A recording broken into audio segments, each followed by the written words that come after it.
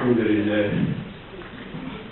الذي شرح صدور أهل الإسلام بالهدى ونكف في قلوب أهل الطغيان فلا تعي الحكمة أبدا، وأشهد أن لا إله إلا الله وحده لا شريك له إلها أحدا فردا صمدا، وأشهد أن محمدا عبده ورسوله ما أكرمه عبدا وسيدا وعظمه أسدا ومهتدا وأطهره مرجعا ومولدا وأبهره صدرا ومولدا، وصلى الله تعالى عليه وسلم وعلى آله وصحبه بيوت الندى وبيوت العدا صلاة وسلاما دائمين من اليوم إلى أن يبعث الناس غدا.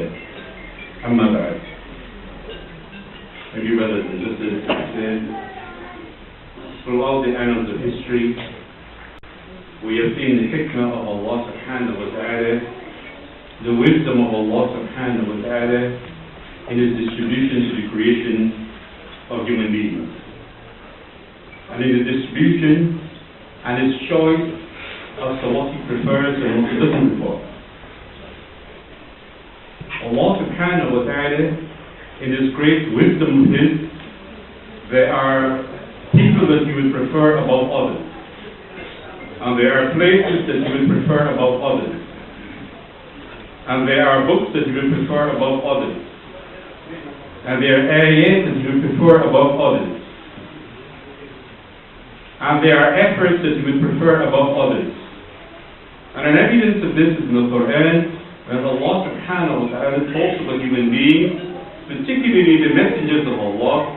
تلك الرسل فضلنا بعضهم على بعض منهم من كلم الله ورفع بعضهم درجات. It's an amazing ayah in the Quran, taken from Surah Al-Baqarah, where Allah subhanahu wa ta'ala is talking about the preference of the rusul, the messengers of Allah, not the laymen on the face of the earth. He talks about the messengers, and even among them the rusul. And rusul are preferential to that of Anbiya, who are the messengers, who are the prophets. And Anbiya are in preference to ordinary people. But Allah subhanahu wa ta'ala, in His wisdom, when He talks about rusul, He said, amongst them He has preferred some above others. تلك الرسل فضلنا بعضهم على بعض. Why? منهم من كلم الله. There are some of them that He spoke to directly, and there are some that He elevated. He elevates them to different stages. And this is the hikmah of Allah subhanahu wa ta'ala. And even from among the rusul, Allah subhanahu wa ta'ala has preferred 5 most pronounced ones, because being resolute in their iman and firm in the iman. Ulul azm. These are referred to those 5 who are resolute and firm and with great determination in their iman. That is Nuh alayhi salam, Ibrahim alayhi salam, Musa alayhi salam, Isa alayhi salam, and the Prophet Muhammad sallallahu alayhi wa sallam. And even from amongst them, he has chosen two of them being the Khalilullah, that receive the maximum love of Allah subhanahu wa ta'ala, that was Ibrahim alayhi salam and that of Muhammad sallallahu alayhi wa sallam. From among the places that you prefer, you will find that if you pray at home, you have less thawab than praying in the mosque. So if you pray in the mosque, in Jummah, you will have 27 times more thawab or barakat than being at home, or even 25. It depends upon which hadith we are looking at. If you pray at Bayt al-Maqdis, you have more thawab than praying in an ordinary mosque in Jerusalem. And if you pray in the Prophet's mosque, you have much more. Hadith would say it goes up to 10,000 times more. And then in Mecca it goes up to 100 times more. Because it's preferential in the sight of Allah subhanahu wa ta'ala. And that's because of the barakah. Even in terms of making our dua, when we make dua to Allah subhanahu wa ta'ala, there are some preferred time when we can make dua to Allah subhanahu wa ta'ala and it's likely to be accepted. Like the latter third of the night. The latter third of the night to make dua is likely to be accepted. The dua of Musafir is likely to be accepted. A special time on Yawm al-Jum'ah is likely to be accepted. Even somebody who is a mazloom, somebody who is being oppressed, is likely to be accepted.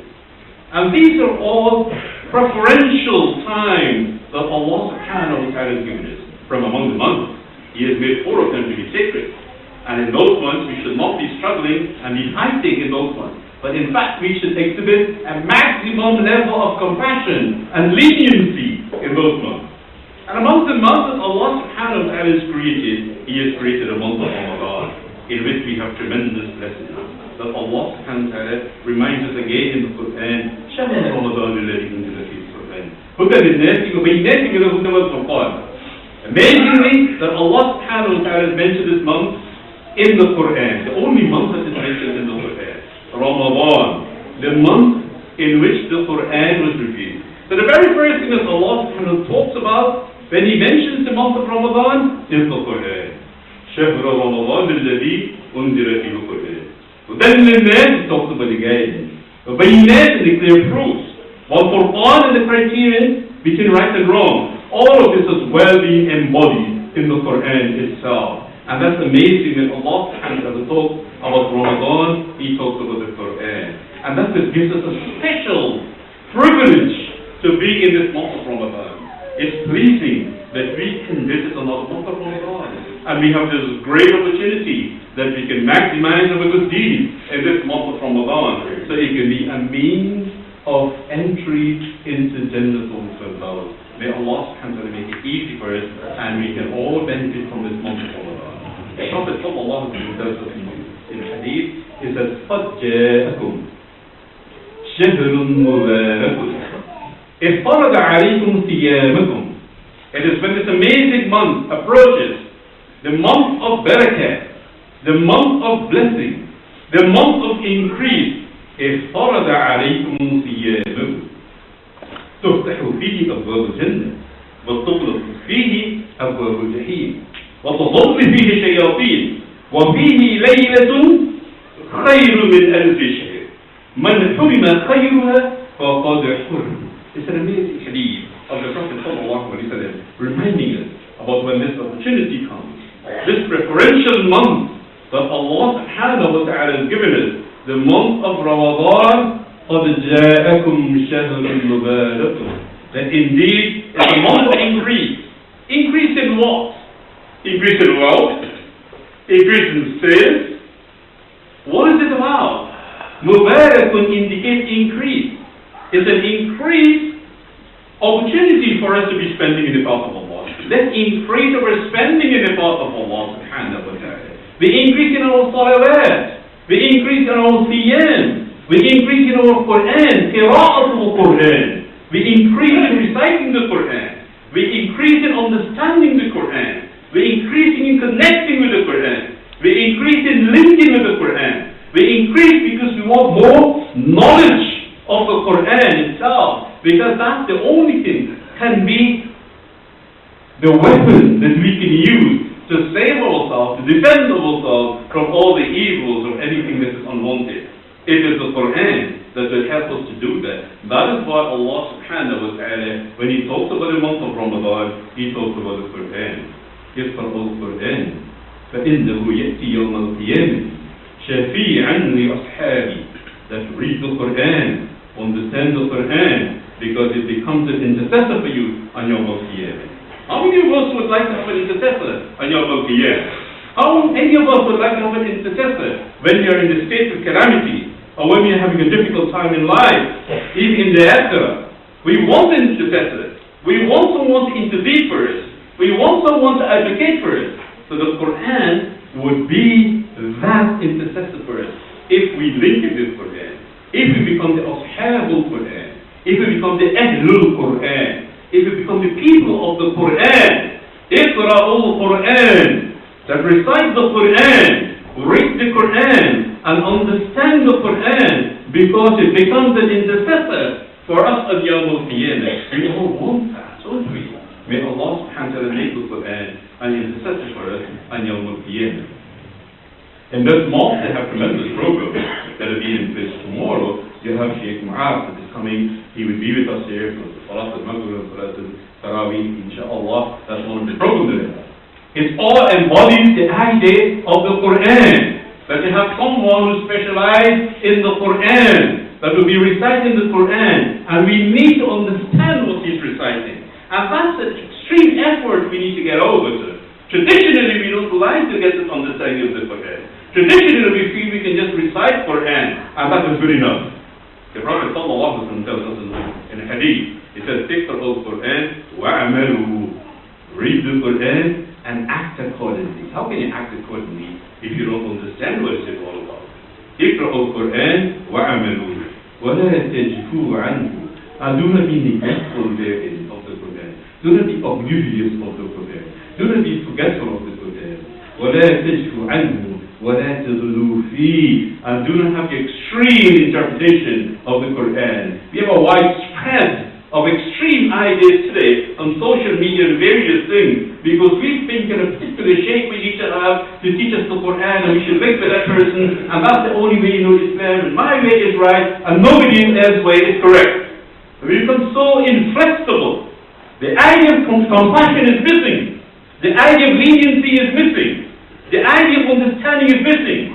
The idea of Jummah is missing. The idea of being together as an ummah in itself is missing. Because we are infatuated with our own idea, our own ideology, or we have already been brainwashed and programmed to such an idea that only this particular idea is correct and nothing else is correct. Only one interpretation is correct and no other interpretation is correct. That is very sad when you think about it in terms of the ummah. Or if we get back to those days like in 1925, when everybody thinks my madhab is correct, and they fight against each other because of their madhab and because of understanding. So in the Haram Sharif, you have like each madhab is leading their own salah. Can you imagine that? Each madhab is leading their own salah for each of the salah during the day. So you have like 4 different salah for each of the salah during the day. They have like 20 salat of jama'ah instead of 5 during the day. Can you imagine that? How you can split up the ummah, how we can split up ourselves, and we come up with hadith that actually deviate us and divide us as Muslims, and we forgot about the inherent aspect that we need to hold on to the rope of Allah subhanahu wa ta'ala. وَاعْتَصِمُوا بِحَبْلِ اللَّهِ جَمِيعًا وَلَا تَفَرَّقُوا. That hold on to the rope of Allah subhanahu wa ta'ala and be not divided. Why would Allah subhanahu wa ta'ala hold on to the rope of Allah? That refers to the Quran and the Sunnah. He could have stopped. I'm holding on to the rope of Allah, I'm holding on to the Quran and the Sunnah, and stop. But he didn't. He said, وَلَا تَفَرَّقُوا. Because there are people going to have different interpretation, different understanding, and divide the whole ummah, and disunite it, and create more schisms and factions among ourselves. How can you get over that? We can really get over that. When you go back to the hadith of the Prophet sallallahu alaihi wasallam, that says, "Iqra'ul Quran wa'amalu." That read the Quran and act accordingly. This is the month of the Quran. It is not only month of fasting. It is the month of fasting. It is the month of the Quran. It's the month of zakat. It's the month of spending. It's the month of salawat. It's the month of being together. It's the month of compassion. It's the month of leniency. understanding is the month of uniting ourselves together. All of this is being embodied in this month in itself. So the Prophet said, اقرأوا القرآن فعملوه. You read Quran and act accordingly. ولا تشكوا عنه ولا تغلوا فيه. But you do not be extravagant therein. You do not be extreme therein. And you do not be neglectful, oblivious, or fall short of the level. ولا تأكلوا فيه. And you don't use the Quran as a means of your livelihood. And you don't use the Quran as a means of increasing your wealth. ولا تستكثروا به. You don't use that as a means to increase our status in this world. Allah subhanahu wa ta'ala, when He wants to give us a status, He will give. He is the one that is almighty. If He wants to elevate us, He will elevate us. If He wants to humiliate us, He can humiliate us. If He wants to give us knowledge, He can give us knowledge. If He doesn't want to give us knowledge, we wouldn't get it. But that doesn't mean we should not make effort. وَأَنْ لَيْسَ لِلْإِنسَانِ إِلَّا مَا سَعَى.